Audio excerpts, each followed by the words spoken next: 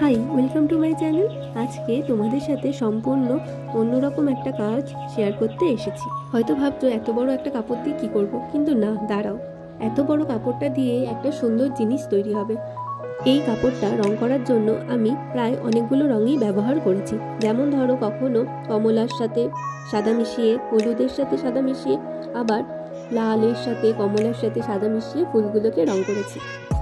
মানে বলতে পারো সব রকম কালারই মিক্স অ্যান্ড ম্যাচ করে এই কালারগুলো করেছি। সবকটা ফুলই একইভাবে রং করে নিয়েছিলাম।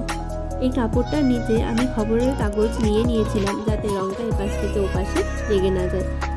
এই কাজটা করার জন্য আমি সোনাই কোম্পানির 1 নম্বর তুলি এবং কিছু কিছু ক্ষেত্রে বর্ডার করার জন্য আমি 000 নাম্বার তুলি ব্যবহার করেছি। আর অ্যাক্রিলিক কালারের মধ্যে আমি কালার মিডিয়ামটা মিক্স করে নিয়েই এই রঙগুলো করছিলাম। কালার মিডিয়াম মিক্স করে নিলে কাজ করতে অনেকটা সুবিধা হয়। ফুলগুলো রং হয়ে যাবার পর আমি পাতাগুলো রং করা শুরু করি। প্রথমে আমি একটু সাদা নিয়ে সাইড থেকে রং করে নিই এবং তারপরে তুলির মাথায় অল্প সবুজ মিশিয়ে নিয়ে রং করি। যেহেতু এটা ডিপ পিঙ্ক কালারের কাপড়, তাই এটার উপরে ডিপ গ্রিনটা ঠিক মানাচ্ছিল না, তাই জন্য আমি এই ডিপ গ্রিনের সাথে একটু সাদা মিশিয়ে ইউজ করছিলাম, যাতে দেখতে সুন্দর লাগে। এবং পরে আমি ডিপ গ্রিন দিয়ে বর্ডার করে নিয়েছিলাম এবং পরের দিকে আমি ফুলগুলো বর্ডার করে নিয়েছিলাম।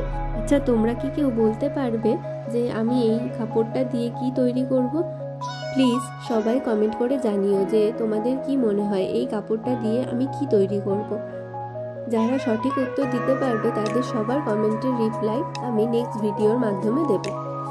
আচ্ছা, এই কাপড়টার নিচের দিকে আমি এরকম বড় বড় ফুল ও পাতা দিয়ে করেছি, সেটা তো তোমরা দেখলেই। এরপর আমি কাজটা করতে করতেই আমার সাথে বড় একটা দুর্ঘটনা ঘটে। দুর্ঘটনা বলতে এখানে কাপড়ে রং লেগে যাওয়া।